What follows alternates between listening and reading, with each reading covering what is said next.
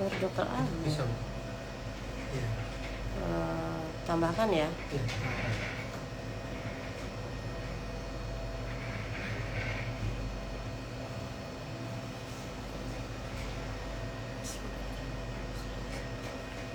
Kurang 10 orang.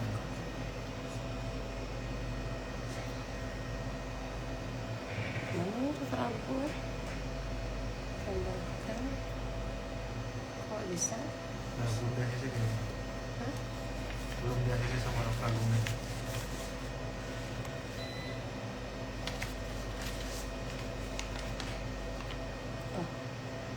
Nah,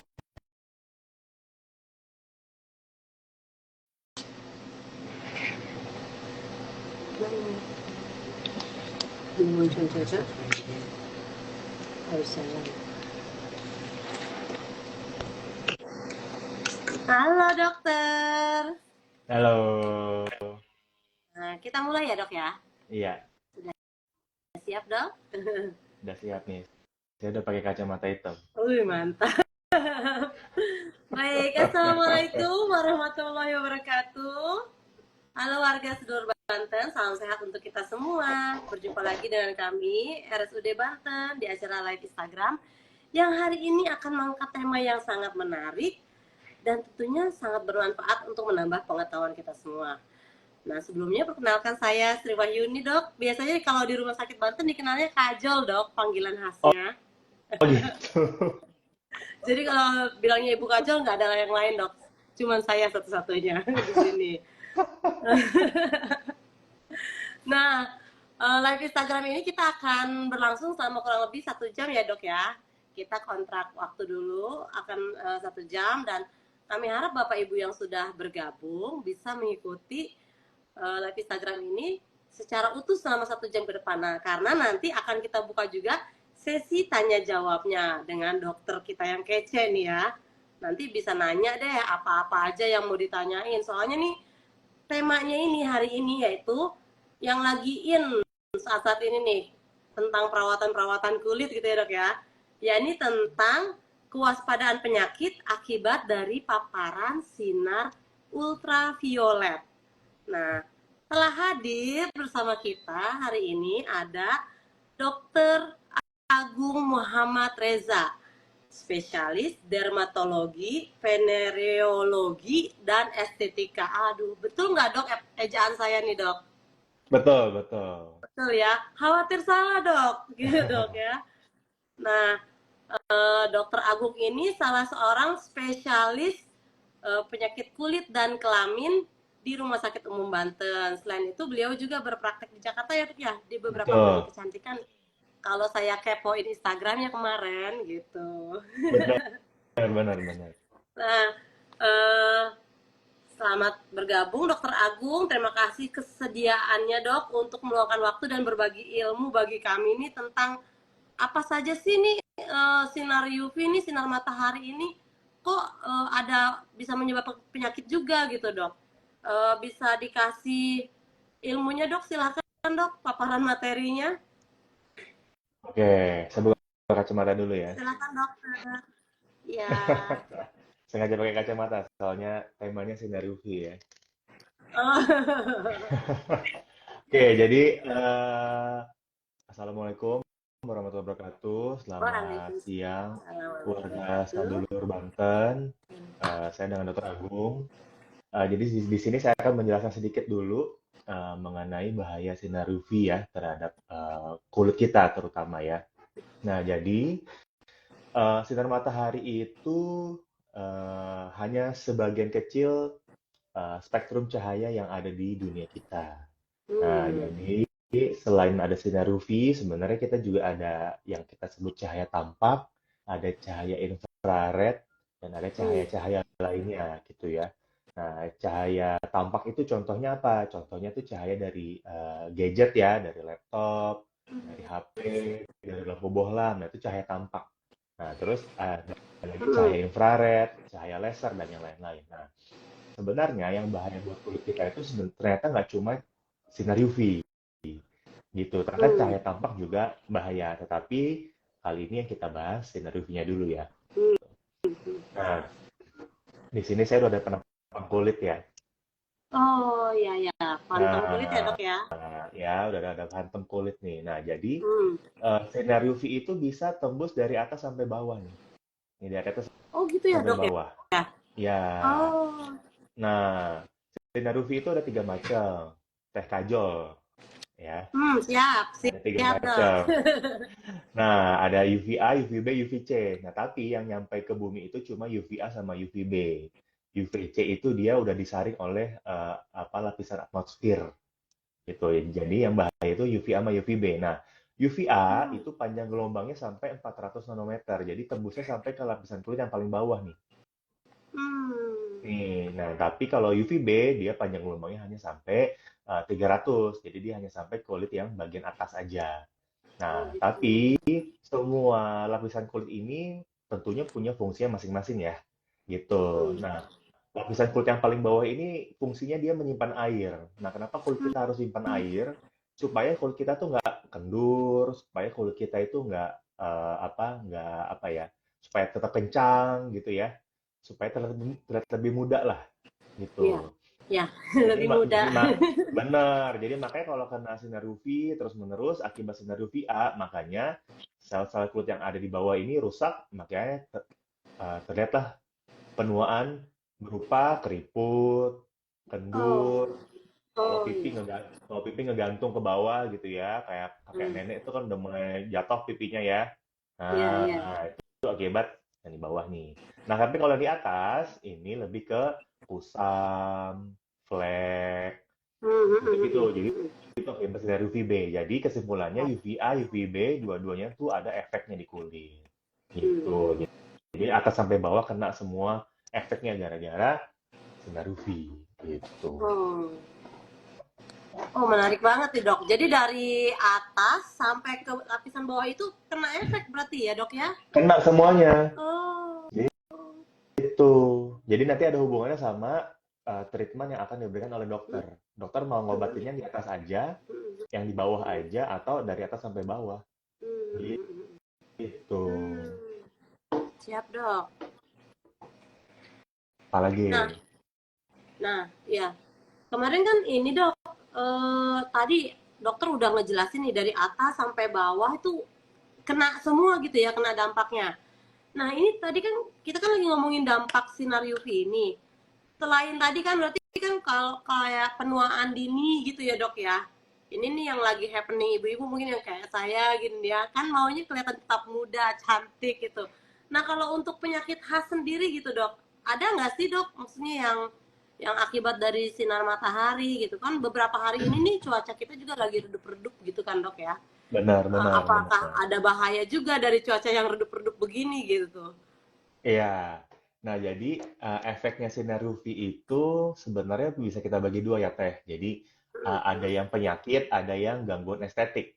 Nah, Hmm. kalau yang gangguan estetik itu yang tadi saya bilang tuh kayak flek, keriput, itu kan estetik ya. Nah, Hmm. tapi kalau penyakit ada juga yang bisa disebabkan oleh sinar UV yang kelihatan di kulit kita gitu ya. Misalnya lupus, yang pipinya Oh, gampang merah-merah. oh, Nah, itu oh, lupus itu ya, Dok ya? ya lupus Hmm. yang di kulit ya.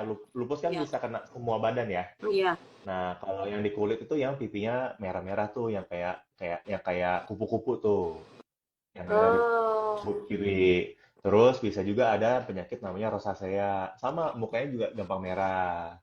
Tuh. Hmm. Terus ada lagi scleroderma yang kulitnya tuh keras, jadi kayak kayu. Kalau dipegang kan kalau kulit kita pegang lembab-lembab gini ya, kenyal gini ya. Nah, kalau pasien scleroderma tuh kalau kita raba kulitnya keras kayak kayu, bener-bener Oh, keras. Nah, itu juga oh gara-gara ada yang gitu ya, sinar Dok ya? UV.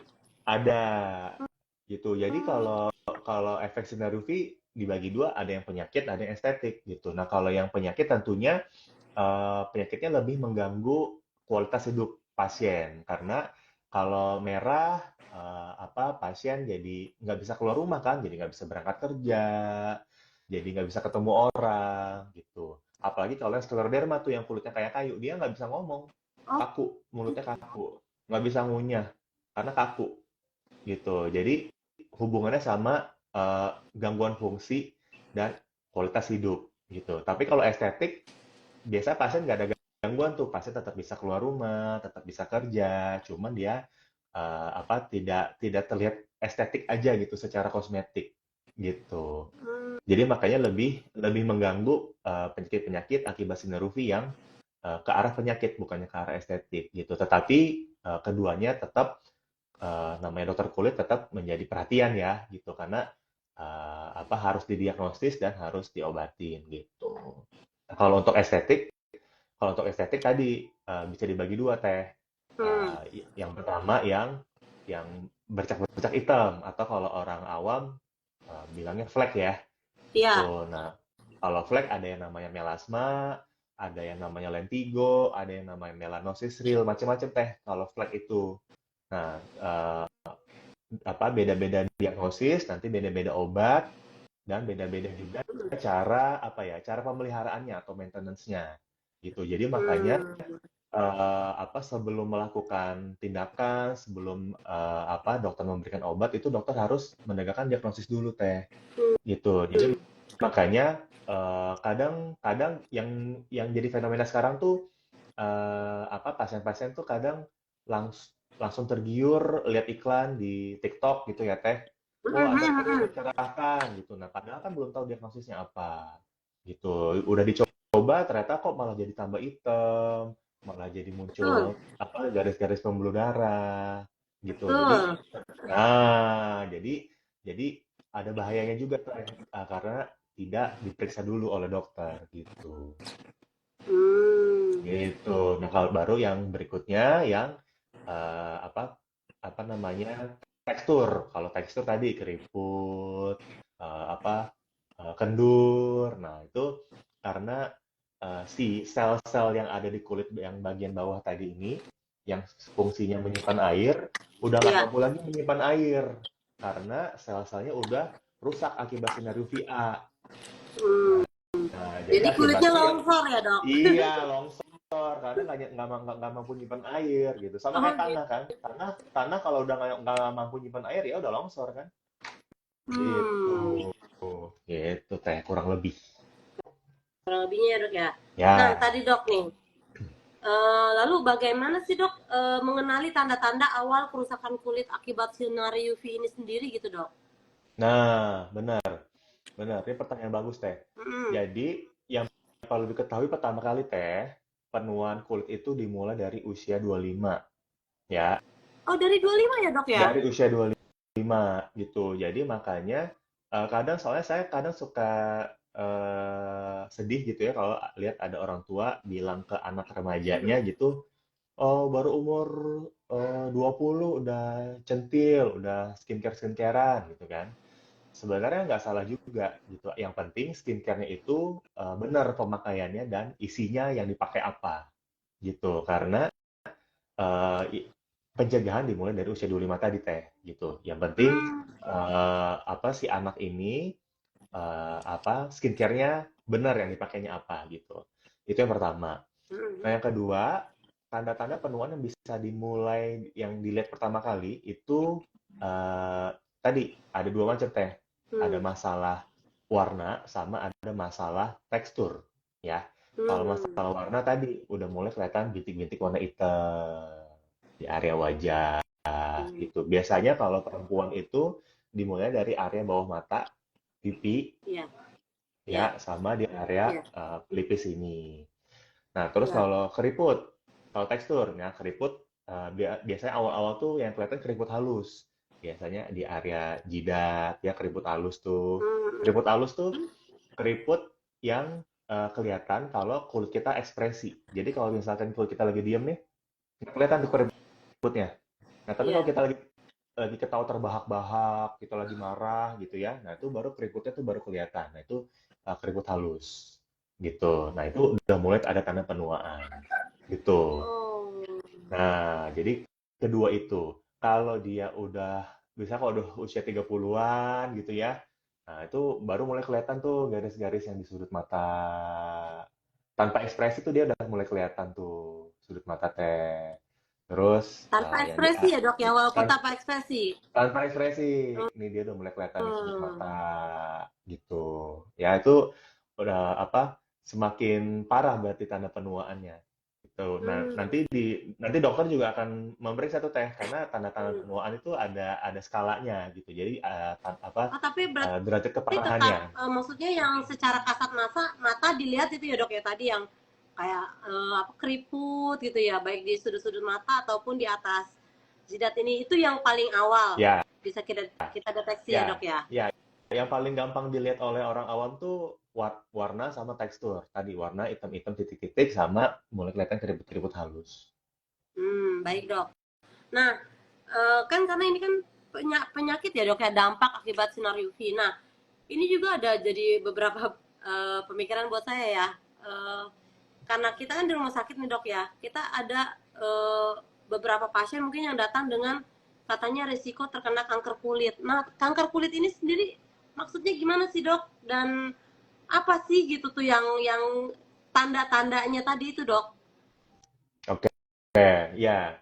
Nah, jadi kanker kulit ini juga salah satu tanda kerusakan kulit akibat sinar UV yang paling bahaya ya, Teh. Hmm, Jadi, yang perlu diketahui itu kanker itu adalah tumor ganas. Nah, sementara tumor itu tidak selalu tumor yang ganas, Teh, karena tumor itu definisinya adalah benjolan, gitu. Nah, sementara hmm, hmm. benjolan itu nggak selalu ganas karena benjolan itu juga ada yang jinak.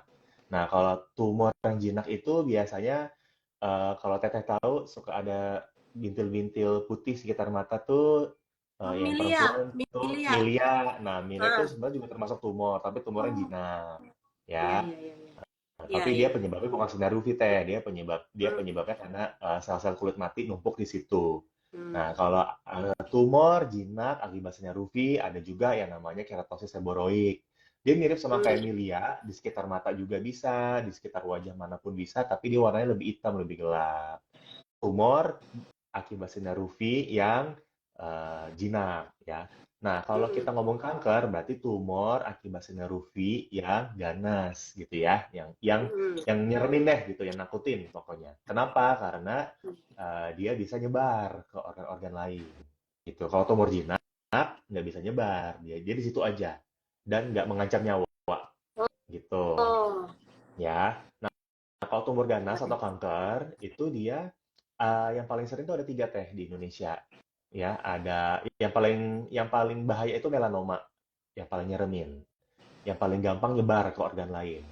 Terus ada lagi karsinoma sel squamosa, ada lagi karsinoma sel basal. Mungkin kalau nama penyakitnya mungkin agak agak asing dengernya ya, gitu. Hmm. Tetapi yang paling perlu diketahui mungkin melanoma karena dia yang paling serem, gitu.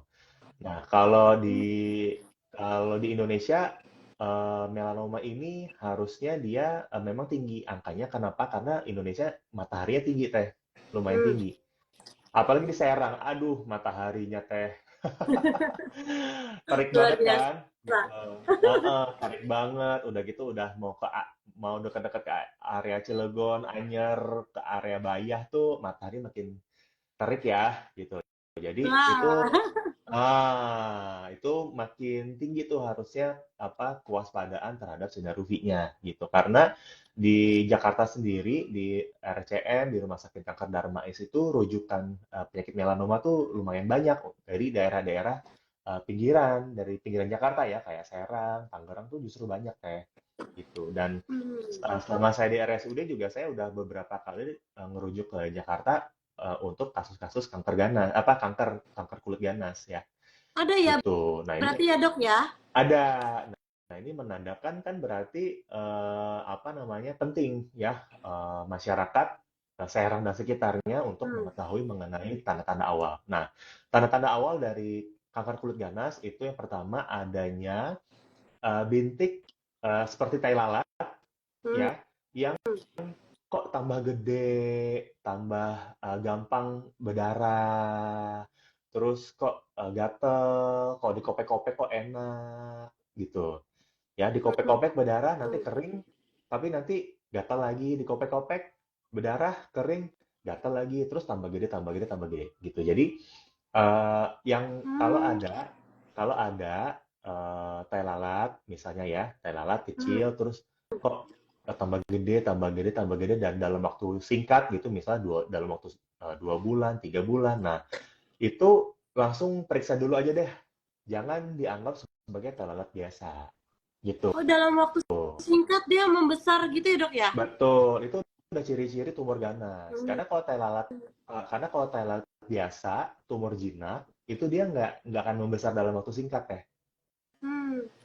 Gitu, ya. Jadi makanya langsung bawa berobat aja ke RSUD Banten. Kan ada saya sama Dokter Yunira ya, spesialis Oh, Dokter kulitnya.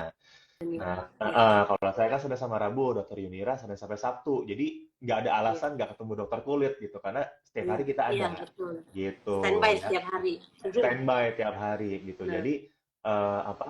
eh, nggak usah takut langsung dioperasi, langsung iya. diangkat, nggak usah. Yang penting datang untuk deteksi dulu gitu. Hmm. Ya, dok, saya nggak yakin nih ini lalat biasa atau ke arah kanker. Ya udah, datang aja dulu deteksi. Kayak kemarin saya juga ada pasien tuh, eh, pasien perempuan ya, dengan lalat banyak di seluruh badan, dan mungkin beliau cukup teredukasi dengan baik kali dari dokter sebelumnya ya, datang untuk Hmm. langsung diperiksakan gitu, dan langsung saya periksakan, ternyata untungnya hasilnya bukan ke arah tumor ganas gitu, ternyata cuma hanya kutil biasa gitu. Nah, ini adalah contoh baik dari masyarakat yang edukasi dari dokternya tersampaikan Hmm. dan pasien datang untuk deteksi gitu. Hmm. Wah, taunya nih biasanya kulit cuman perawatan, skincare. Ternyata wah, ada penyakitnya juga Betul. ya, Dok ya. Iya. Gitu.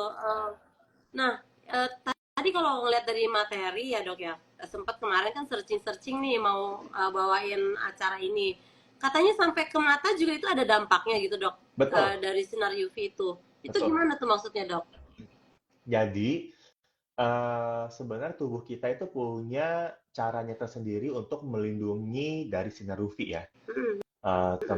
Dan organ-organ yang di dalam mungkin mereka nggak langsung terpapar dengan sinar UV ya. Jadi mereka efeknya Hmm. itu sekunder. Jadi efeknya itu belakangan dapat efek dari sinar UV-nya. Tapi kalau organ-organ luar kayak kulit sama mata itu pasti yang terdepan, yang kena duluan gitu. Hmm. Hmm.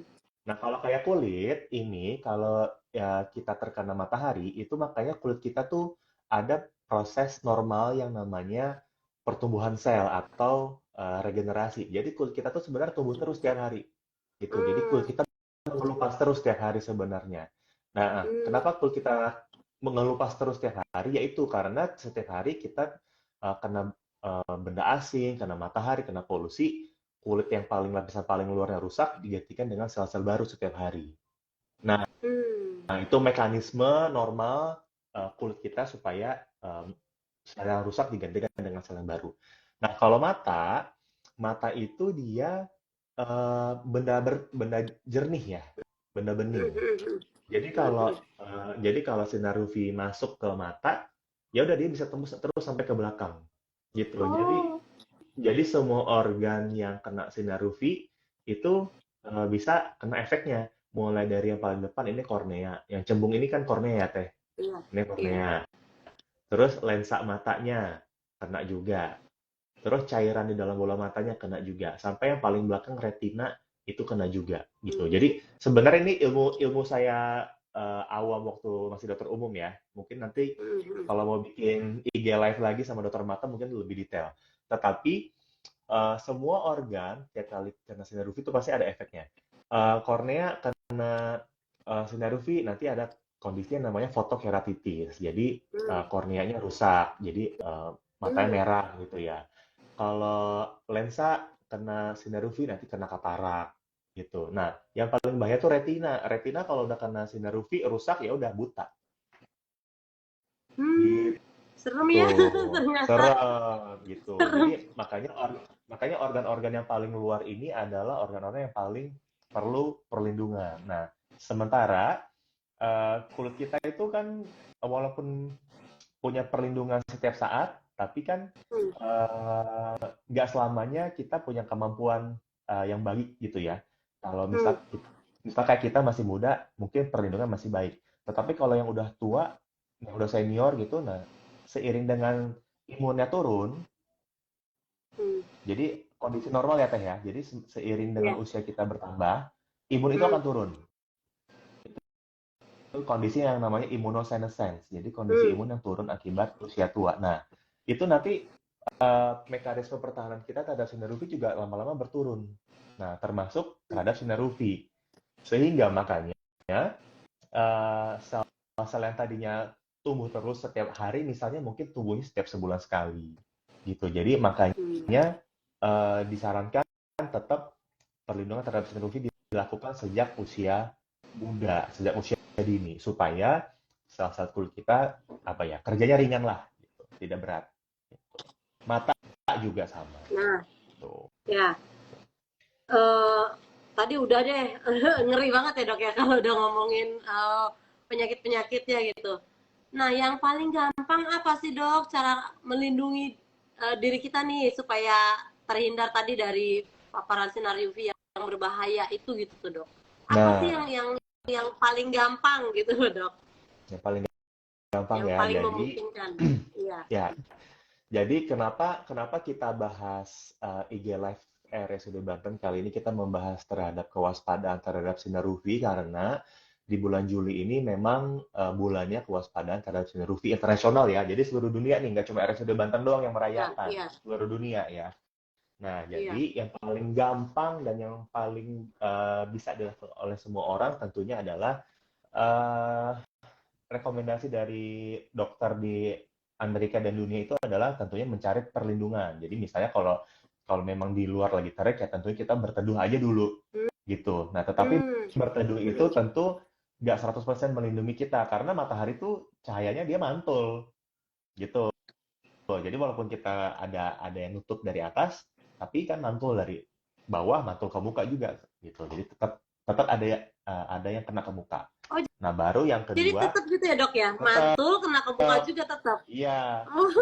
Nah, terus yang yang kadang orang juga kadang suka merasa aman padahal tetap bahaya adalah, dok saya udah di dalam ruangan kok dok. Eh, Mhm. kaca ruangan saya itu udah pakai kaca anti UV. Jadi saya udah merasa aman dong Hmm. dok. Nah, padahal kaca Hmm. anti UV itu juga sama, nggak mungkin nggak ada kaca anti UV yang sampai 100% menyaring sinar UV tidak masuk ke dalam ruangan. Gitu. Jadi makanya Hmm. tetap walaupun udah di dalam ruangan anti UV, di dalam mobil yang kaca filmnya udah pakai anti UV, ya tetap kita perlu Hmm. pakai yang namanya sunscreen. Ya, ini saya nggak di-endorse ya, Oh. kebetulan saya bawanya ini. Ya, jadi pokoknya intinya sunscreen. Ini Hmm. harus dipakai setiap hari. Kalau ngobrol sama dokter kulit, skincare apa utama yang dipakai setiap hari? Jawabannya pasti sunscreen, gitu. Hmm. Nah, nanti sunscreen ini pasti kalau saya udah ngeluarin keyword sunscreen, pasti pertanyaan tentang sunscreen banyak nih nanti nih, Banyak ya. dok, udah banyak banget dari tadi nih dok pertanyaannya. Nah, ya sunscreen pasti nanti banyak pertanyaannya. Nah, terus yang kedua, makanya tadi di awal saya langsung pakai kacamata hitam. Nah, Hmm. yang ketiga pakai kacamata hitam ya karena Oh. untuk mata ya untuk mata. Jadi untuk mata juga pakai kacamata yang anti UV ya. Kalau Hmm. sekarang kayaknya kacamata anti UV udah banyak yang murah meriah ya Teh ya. Nggak yang mahal, Banyak banyak dok. nggak kayak zaman dulu mahal-mahal kan. Jadi udah nggak ada alasan nggak pakai kacamata anti UV karena sekarang kayak udah murah murah meriah. Ini saya beli di mana nih? Miniso ya. Cuma 200 Oh, ribu. Miniso. Bulannya Jadi cengdem ya dok, ah goceng adem. nah ya jadi udah nggak ada alasan nggak pakai kacamata anti UV gitu. Nah baru Hmm. baru kalau misalnya lagi liburan ke pantai atau lagi ke Dufan, pokoknya ke area-area outdoor, baru tambahannya pakai topi lebar, pakai payung lebar gitu. Hmm. Dok, Ya, kayaknya udah masuk ke sesi tanya jawab nih ya dok ya. Walaupun dari oke. tadi saya terus yang nanya dok. Ya, trigger Ternyata ya, ini udah banyak trigger. banget nih. Ya, Heeh. Udah banyak banget silakan. dari Jesse Tadiari ini. Hmm. Dia nanya, kan katanya tadi kata dokter mau pakai sunscreen itu kalau mau keluar. Nah, tapi ngerasanya kenapa sih kulit kok malah makin hitam gitu tuh dok. Pas ketika pakai sunscreen ini, itu gimana tuh dok? Oke, jadi harus direview ulang ya pemakaian Hmm, sunscreen-nya. hmm, Apakah sunscreen-nya dosisnya kurang hmm, atau apa mungkin sunscreen-nya nggak tahu pakainya pakai sunscreen yang mineral atau yang physical. Kalau kulitnya memang dasarnya warnanya gelap sih saya sarannya pakai sunscreen yang physical. Nah, jadi sunscreen physical sama mineral ini ada dua macam ya. Jadi kalau sunscreen yang mineral itu dia akan mengubah cahaya matahari dia menjadi energi panas di atas kulit gitu. Jadi hmm, cahaya UV-nya itu tidak tembus ke dalam kulit gitu. Tetapi kalau sunscreen physical dia akan dipantulin gitu. Nah, jadi makanya kalau warna kulitnya hmm. gelap sih saran saya pakai sunscreen yang physical. Nah, sekarang gimana taunya Pak cari sunscreen yang physical atau yang mineral gitu kan? Nah, Ya, karena iya. karena ada banyak nih teh di luaran sana, wah sunscreen udah banyak banget sekarang mereknya produknya kan. Banyak dok, Nah banyak jadi, dok. jadi kadang pasien-pasien juga kadang masih nanya sama saya nih, dok saya mau cocoknya pakai yang mineral apa yang eh, apa chemical gitu kan. Nah Hmm. jadi kalau mau pakai yang apa chemical ya itu cari yang isinya tuh ada oksibenzen namanya ya. Eh, Oksibenzen. Oksibenzen teh ya. Hmm. Terus ada ofobenzen, pokoknya belakangnya benzen-benzen Hmm. ya. Nah, kalau yang mineral sunscreen itu cuma dua yang paling banyak beredar di pasaran. Ya, itu cuma zinc oxide ya. Apa Saya dok? ketik kali ya. Saya ketik Ah, kali ya. boleh boleh dok, boleh dok. Nah, biar zinc oxide sama titanium. Biar Hmm. biar pada ini. Nah, kalau yang chemical, mungkin satu aja kali yang paling banyak beredar di pasaran. Itu yang isinya oksibenzen. Hmm. Nah, dua ini. Jadi kalau kalau apa pakai sunscreen ternyata kulitnya tambah gelap, ya coba pakai yang physical. Kalau physical tuh mineral ya. Physical tuh Hmm. yang Hmm. Hmm. mineral. Kalau yang chemical tuh yang diubah jadi panas tadi gitu. Tuh, Oh, nah, baik terus baik. sama Jadi dosis. ya Nah, kalau sekarang yang kulitnya dosis. gelap kayak saya gini, berarti pakainya yang physical sunscreen itu ya dok ya? Iya. Nah, tapi nggak enaknya kalau physical itu dia kadang white cast, jadi bikin kulitnya lebih putih. Jadi ada efek Hmm. jadi efek kayak jadi memutihkan gitu. Ya memang kayak gitu, Hmm. namanya juga physical kan dia bikin tembok Oh gitu.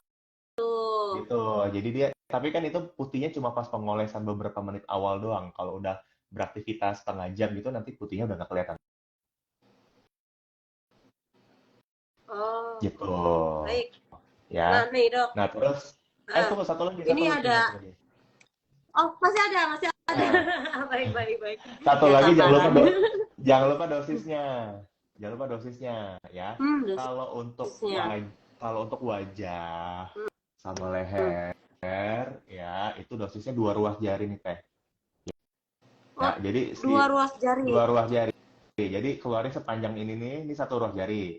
Ya, terus satu Hmm, hmm, hmm. ruas jari lagi nih dari ujung sampai pangkal nih 2 ruas jari nih. Nah, 2 ruas Oh jari dari sini ke ini sini gitu ya ya dok ya? ya. Oh, Nah, itu untuk wajah sama leher. ilmu baru dok. Ya. Nah, terus tambahan lagi ya, paling Hmm. sering kelupaan tuh kuping. Oh kuping, kuping. Kuping nih, ya nih, ini suka kelupaan nih di sini nih. Ya, ini juga Hmm. diolesin. Hmm. Dah, itu Oh, aja. baik baik. Ilmu kalau buat saya sih ilmu baru ya, nggak tahu nih dok kalau dia udah suka perawatan perawatan. Dok, ini ada lagi nih ibu dari Ibu Nila Marela ya. Dia Ya, nanya kan, tadi kan dokter bilang sendiri ya kalau di Serang ini udaranya sekitar membahenol lah, mataharinya nih serasa ada 3 kali dok ya. Nah, Saya juga sama, maksudnya punya anak laki-laki gitu dok, sekolah di SD, hobinya main bola. Nah, apakah anak-anak yang kecil-kecil ini, yang SD ini sudah bisa dipakaikan sunscreen atau bagaimana gitu dok? Untuk Ya, perlindungan kulitnya. ya. Nah, ini pertanyaan juga yang sering ditanya sama orang tua ya, Hmm, gitu. Nah, hmm, nah kembali lagi ke penyakit-penyakit kulit akibat sinar UV. Jadi hmm, penelitiannya itu ternyata walaupun tadi ya penuaan kulit dimulai dari usia 25 ya dan artinya kan tanda-tanda penuaan kulit juga harusnya dimulai dari usia 25 ya.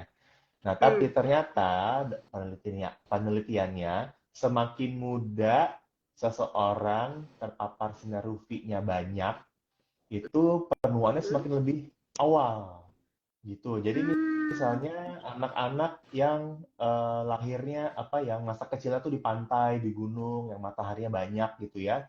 Nah, itu tanda penuaannya bahkan udah bisa dimulai dari usia 20-an. Jadi bisa dibayangin usia 20 udah ada keriput, usia 20 udah ada flek-flek gitu. Nah, ternyata karena dia dari kecil memang udah kena matahari gitu. Nah, jadi kesimpulannya adalah eh, sunscreen atau Hmm. pakai payung, pakai topi itu udah harus dari usia muda. Nah, seberapa muda ya ternyata minimal banget tuh usia 6 bulan itu udah boleh pakai sunscreen. Jadi sunscreen itu nggak boleh lebih, lebih muda dari usia 6 bulan gitu. Jadi pemilihan sunscreen juga sih sebaiknya dikonsultasi gitu. Karena ada sunscreen untuk baby, ada sunscreen untuk kids biasanya gitu. Jadi dokter kulitnya yang akan memilihkan gitu. Hmm. Jadi Wah, kesimpulannya hmm. anak-anak udah boleh pakai sunscreen karena penuaannya nanti kalau nggak lebih muda dari usia 25 Iya, gitu. apalagi kan habis main bola tuh keringet gitu dok ya. Hmm, Kena matahari full gitu kan iya, ya dok ya. iya. Nah, dok, ini ada lagi yang nanya, kok pakai sunscreen muka nih makin tambah berminyak atau apakah itu tadi itu sunscreennya cocok ataukah dia salah pakai jenis sunscreen gitu dok? Oh ya. Nah, jadi terima kasih pertanyaannya. Jadi sama kayak skincare yang lain, ya sunscreen itu sebenarnya juga termasuk skincare ya, Hmm. gitu. Nah, skincare ini eh, apa ya sediaannya tuh ada macam-macam. Sediaan itu istilah untuk bahannya konsistensinya apa Hmm. ya. Jadi ada yang berlemak, ada yang bentuknya krim, ada yang bentuknya Hmm. lotion, serum, minyak, gel. Nah, itu yang kita sebut sebagai sediaan. Nah, semakin ke arah salep Hmm. itu dia akan semakin berminyak karena Hmm. lemaknya semakin banyak gitu. Makin ke arah lotion eh, minyaknya akan semakin berkurang, airnya akan semakin banyak, Hmm. gitu. Nah, kalau serum itu dia tergantung si pabriknya mau membuatnya itu dari minyak atau mau membuatnya dari air. Jadi dilihat di bungkusnya itu dia oil base atau water base. Hmm. Nah, kalau terbuatnya dari oil base ya tentu akan bikin muka terlihat berminyak gitu.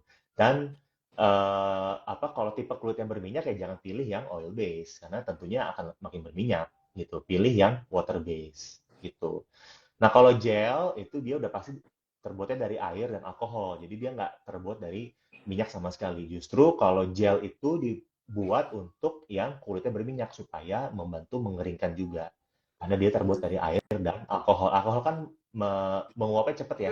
Gitu. Makanya dia membantu mengeringkan gitu. Jadi makanya pemilihan sunscreen-nya apa, terus bahan sediaannya apa, mau pakai yang krim, lotion, gel, serum itu kadang beberapa pasien kadang juga ada yang konsultasi dulu ke dokter kulit gitu. Tapi biasanya kalau pasien-pasien yang udah paham skincare nih biasanya udah ngerti ya gitu. Tapi kalau yang belum paham biasanya mereka konsultasi juga sih teh. Saya jadi buka-buka sunscreen yang saya pegang juga nih dok, yang saya bawa. Ya, Nah, benar. ternyata ini water base nih ya, Nah, kalau water gitu. based pasti dia apa? Ada campur alkoholnya dikit, jadi mengeringkan Hmm, gitu. gitu. Baik. Ya. Nah, ini menyambung masih tentang sunscreen tadi ya dok ya. Dari Nidia Hmm. Cuan dia nanya dok, ternyata apakah sunscreen ini perlu di reapply kembali atau bagaimana nih dok?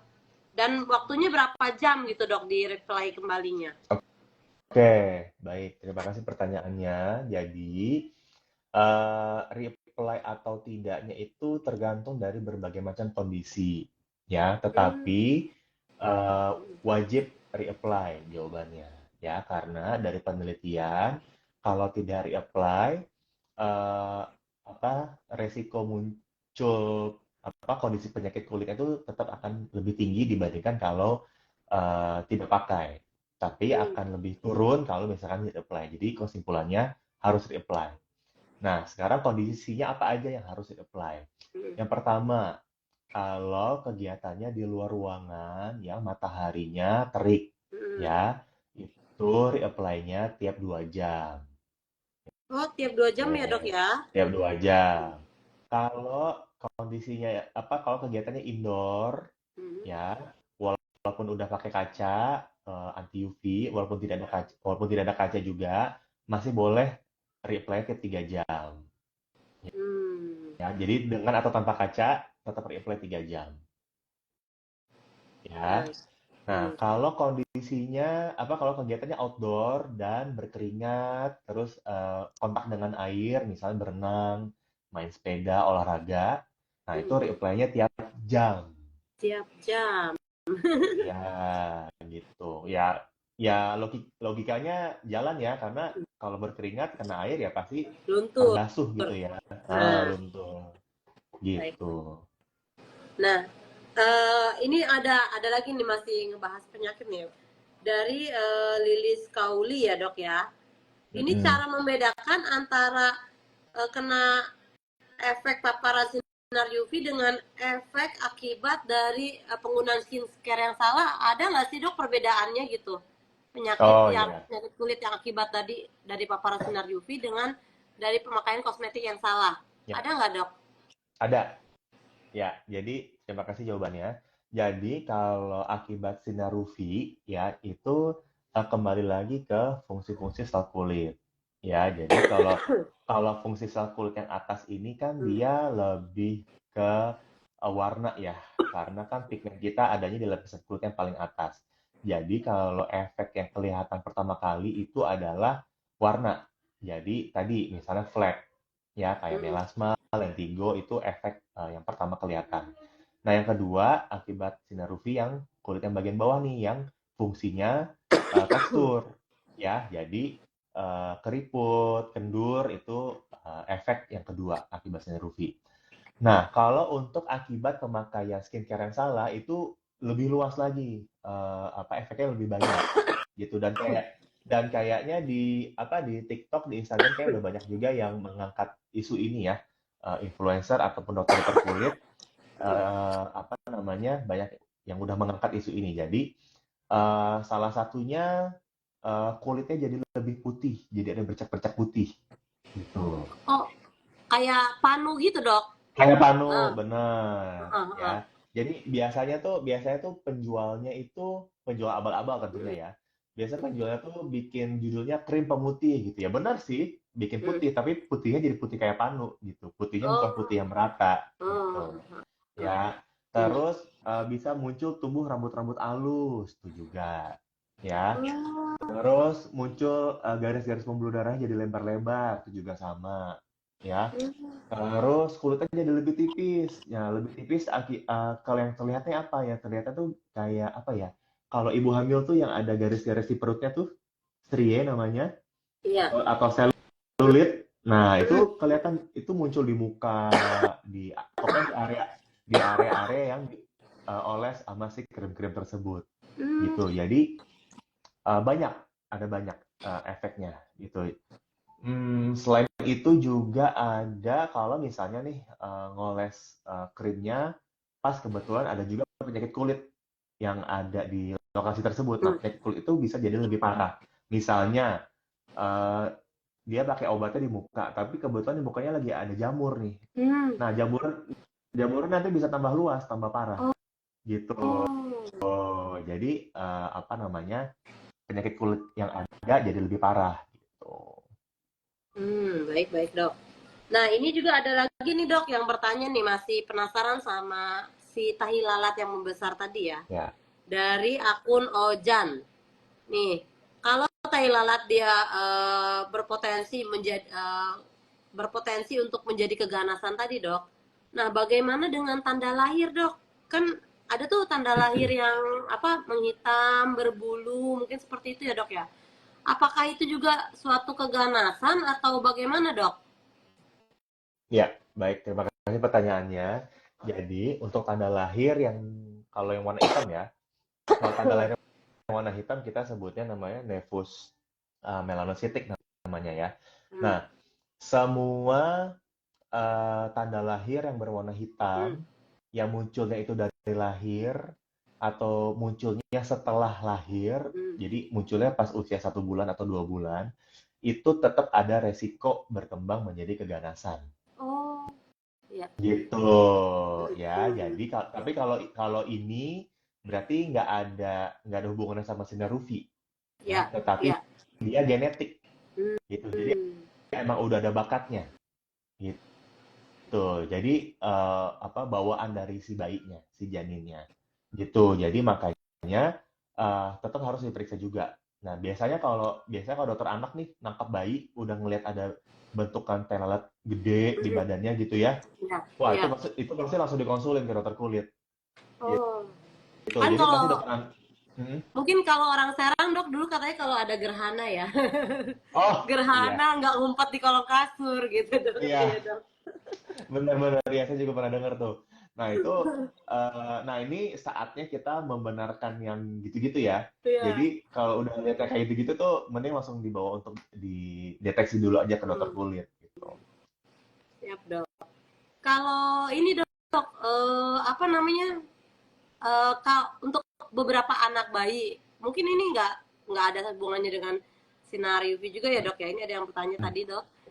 Dia dari lahir itu ada tanda seperti apa sih? Sebutnya hemangioma atau bagaimana gitu ya dok? Seperti Ya. jerawat kecil-kecil, tapi itu tidak menghilang sampai dewasa. Saya pernah bertemu gitu ya dok, beberapa orang itu masih ada gitu dok. Hmm.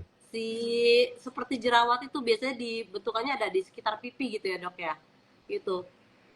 Dipikir makin dewasa akan hilang gitu kan dok, ternyata ini makin dewasa ya mengikuti bentuk wajahnya gitu dok, semakin membesar juga gitu, tapi ya sesuai dengan wajahnya. Itu apa sih dok sebenarnya? Ya, jadi tanda lahir yang warnanya merah itu Hmm, kemungkinan bisa dua ya. hmm, Jadi bisa hemangioma, itu yang paling sering memang hemangioma. Nah, hmm, yang kedua itu ada penyakit yang namanya port wine stain. Ini saya ketik aja deh. hmm. Ya, jadi ada hemangioma, ada port wine stain. Nah, kalau hemangioma itu dia normalnya ya memang dia nggak akan hilang 100% sih, Teh. Cuman dia mulai dari usia 5 tahun sampai di usia 9 tahun itu dia akan berangsur-angsur mengempis dan merahnya akan semakin pudar Hmm. gitu. Nah, nanti untuk menghilangkannya tentunya akan di-treatment oleh dokter kulit. Jadi apa bedanya dia sama port Weinstein ini, kalau port Weinstein ini dia akan menetap sampai di usia dewasa gitu. Jadi Hmm. dia nggak akan mengecil, nggak akan ngempes, nggak akan pudar warna merahnya. Hmm. Nah, bedanya di situ. Tapi memang mirip banget. Waktu kecil mirip hemangioma, bercak, merah, ya. Jadi mirip kayak hemangioma. Cuman bedanya di situ. Oh, baik baik dok.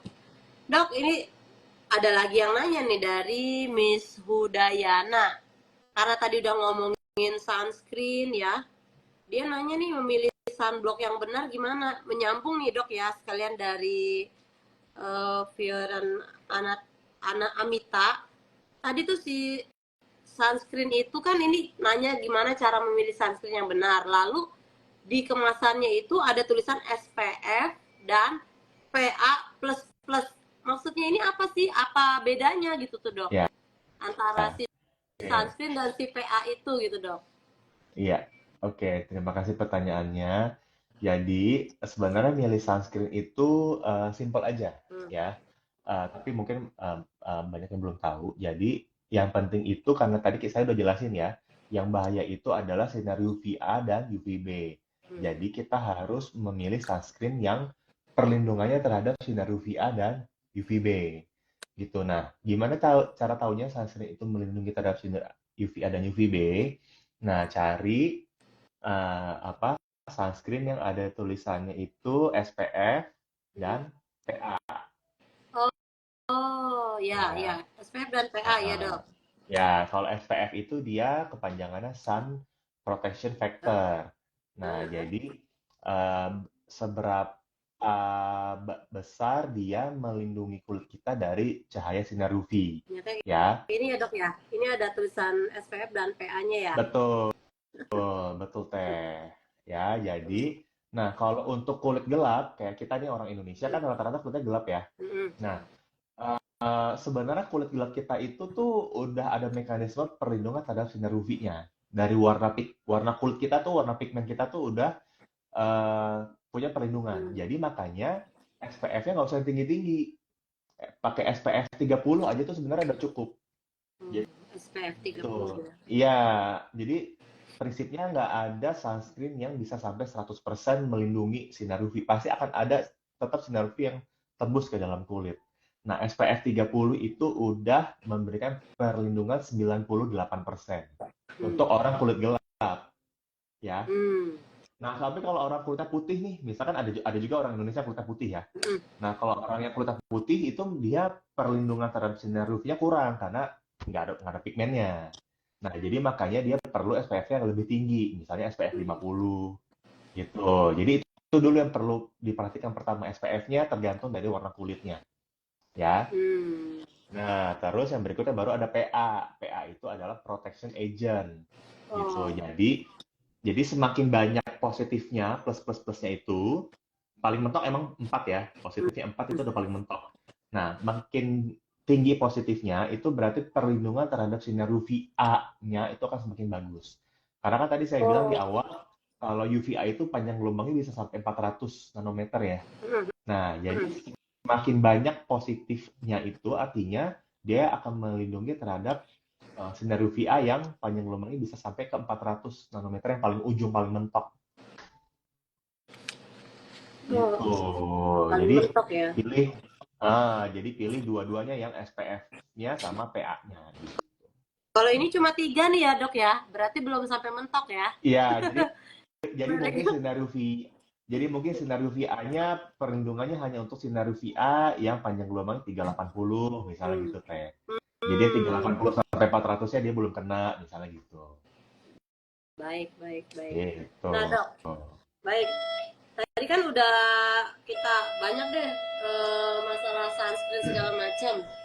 Ya, Nah, Dok, bagaimana nih ini karena ternyata udah tinggal 5 menit lagi nih, Dok, nggak kerasa ya waktu kita.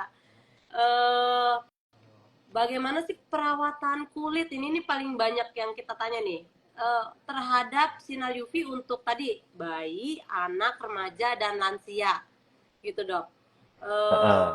Eh, itu perlindungan kulit yang minimal sekali bisa kita lakukan. Tadi kan udah tahu tuh, Dok, ya, berlindung di bawah matahari, lalu eh, pakai sunscreen gitu kan, Dok, ya. Terus apalagi sih, Dok, yang minimal banget gitu? Apakah Ya, ada lagi gitu, Dok? ya. Jadi sebenarnya balik lagi ke basic skincare, Ya.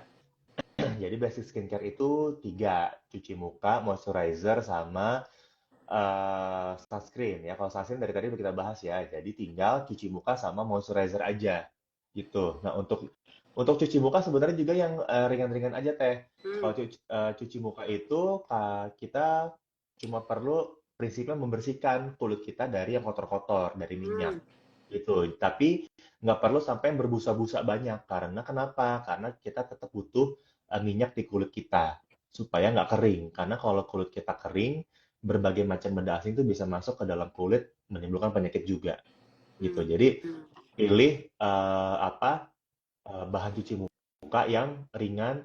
Paling gampang tuh sabun bayi deh, yang paling gampang. Ya, Sabun bayi. sabun bayi itu contoh dari sabun yang paling baik karena dia bening, nggak ada baunya, nggak ada warnanya, nggak berbusa, dan dia menjaga kelembapan dan minyak di kulit kita. Itu tuh contoh yang paling baik gitu, dan nggak ada scrub, ya nggak ada butir-butirannya gitu.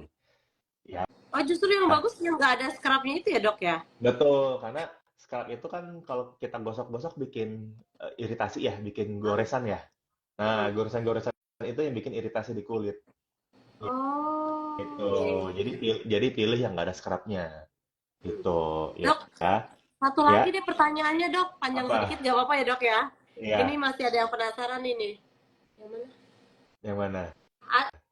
Untuk sunscreen yang ada kandungan foundationnya, Oh gitu ya. Dok. Sunscreen tint gitu. Itu apakah Ya. sama efektivitasnya seperti sunscreen pada umumnya? Satu lagi Dok, ternyata baru lagi. Untuk berenang, tabir surya yang paling baik itu yang jenisnya yang dipakai yang mana Dok? Gitu Ya. Dok. Oke. Ya. Jadi sunscreen ada foundationnya itu sebenarnya dibuat supaya orang-orang yang biasa pakai make up itu nggak ribet karena harus pakai foundation, bedak, terus harus ditutup lagi pakai sunscreen karena sunscreen kan dia harus yang paling terakhir diolesnya kan gitu. Iya, Jadi iya. makanya dibuatlah sunscreen yang ada foundationnya supaya foundation tuh udah apa ya istilah mak teh ya apa sih nempel gitu ya, nempel plus dia udah sekalian udah terlindungi sama si sunscreen-nya. Jadi emang itu aja. Tapi kalau untuk masalah efektivitas ya itu tadi tergantung dari SPF sama PA-nya lagi. Gitu. Jadi nggak ada pengaruhnya sama si dicampur sama foundation atau tidak. Nah, kalau yang tinted itu, nah ini dia spesifik dipakai untuk sunscreen yang pencegahan terhadap spektrum cahaya yang cahaya tampak tadi yang di awal banget sempat saya sebutin teh. Nah, karena kan hari ini kita bahasnya cuma sinar UV ya. Iya. Sementara spektrum cahaya ada lagi tuh satu lagi sebelah sinar UV yang saya sebut sebagai cahaya tampak, ya itu yang juga sama bahayanya tuh sama kayak sinar UV. Nah, si sunscreen tinted ini tuh juga dia bisa melindungi kulit kita terhadap cahaya tampak ini, cahaya yang dari gadget sama yang dari lampu bohlam. Iya, iya. Nah, jadi dia perlindungannya lebih luas gitu. Itu untuk yang tinted ya. Nah, terus apa tadi yang ketiga? Oh, yang berenang ya. Berenang Dok. Nah, kalau yang berenang karena kita kontak sama air, jadi jangan pilih sunscreen yang gel base atau yang water base. Oh, Karena air gitu. karena air ketemu air ya udah luntur. Gitu. Jadi Goodbye ya. pilih ya, jadi goodbye deh gitu kan. Jadi kalau kita emang mau olahraga, berenang gitu, pilih sunscreen yang oil base, yang minyak Oh, supaya lebih lama bertahan di kulit. Gitu. Cuman ya itu harus tahan sama konsekuensinya. Kalau dia oil base, ya lemak, jadi ya bakal lengket, bakal nggak nyaman di kulit gitu. Cuman ya dia bertahan lebih lama di atas kulit gitu. oh, baik. Dokter, ternyata waktunya sudah habis ini sudah Iya, masih ini banyak yang mau nanya nih. iya kalau saya lihat kayak banyak pertanyaan ya. Betul. Kalau ada kalau ada yang masih nanya, boleh DM Instagram saya aja. Nanti Oh, pasti saya jawab. siap. Nanti kita kasih ya teman-teman Iya, di kita sematkan. Kemarin di iya, iklannya juga sudah disematkan kok. iya. Ininya Soalnya Instagramnya soalnya dokter. kalau soalnya kalau mau bikin IG live lagi, jatah poli kulit berbulan-bulan lagi. Gantian Buat sama dokter poli lain boleh kan. lah apapun dok. Ya untuk Jadi, teman-teman yang masih mau tanya-tanya boleh tadi nge-DM dokternya atau nge-DM Instagram Rumah Sakit Banten juga boleh. boleh, Nanti kita boleh. sampaikan. Wah ini ada yang ngasih testimoni nih. Wah aku tercerahkan. Berarti aku next bakalan cari sunscreen yang mengandung oksibenzena gitu ya. Karena aku kulit normal. Betul. Wah seperti itu. Ya dok Sip. ya. Nah Ya. teman-teman tidak terasa nih ya, udah jam 2 lewat 01 malah ternyata. Terima kasih banyak untuk Dokter Agung Muhammad Reza, spesialis dermatologi, pereneurologi, dan estetik. Wah susah nih dok, takut takut salah saya ya. Atas informasi yang sangat berguna ini. Eh, Mudah-mudahan kita semua tadi kan ada yang udah kasih testimoni tercerahkan. Saya juga dapat ilmu banyak karena kemarin jadi sempat-sempat searching-searching, cari-cari itu ketika mau bikin pertanyaan Lalu teman-teman untuk sebagai penutup kembali ya, kalau teman-teman ada yang merasa punya masalah di kulitnya atau memang mau konsultasi, Rumah Sakit Banten ini kita ada poli kulit dan kelamin ya. Itu bukanya di hari Senin sampai dengan Sabtu di pukul 7 sampai dengan selesai.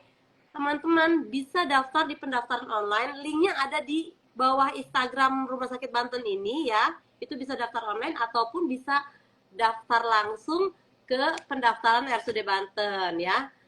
Mungkin sampai di situ. Terima kasih Dokter Agung atas pencerahannya dan ilmunya yang mahal ini. Kita tunggu part-part selanjutnya dengan dokter-dokter kece kita yang lainnya. Ini dokternya masih muda dan kece dengan rambut yang blonde ya. Siap dokter. Mungkin sekian. Wabillahi taufik wal hidayah. Wassalamualaikum warahmatullahi wabarakatuh. Salam sehat Waalaikumsalam. semuanya. Salam sehat. Ya. Terima kasih, Teh. Terima kasih dokter. Live ya. Siap, siap dok. Terima kasih.